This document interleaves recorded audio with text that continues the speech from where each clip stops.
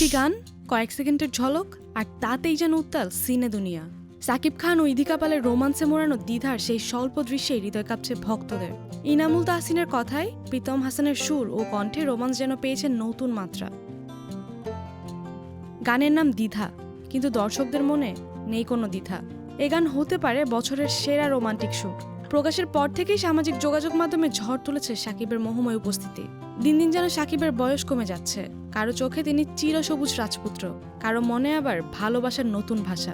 গানটি মুক্তি পাবে আগামী 14 মার্চ রিয়েল এনার্জি প্রোডাকশন ও প্রীতম হাসানের ইউটিউব চ্যানেলে। ততদিন পর্যন্ত এই স্বল্প ঝলকেই যেন উত্তেজনা বাড়িয়ে দিচ্ছে দ্বিগুণ। বরবাদ শুধু একটা সিনেমা নয়, এটি এক আবেগের নাম।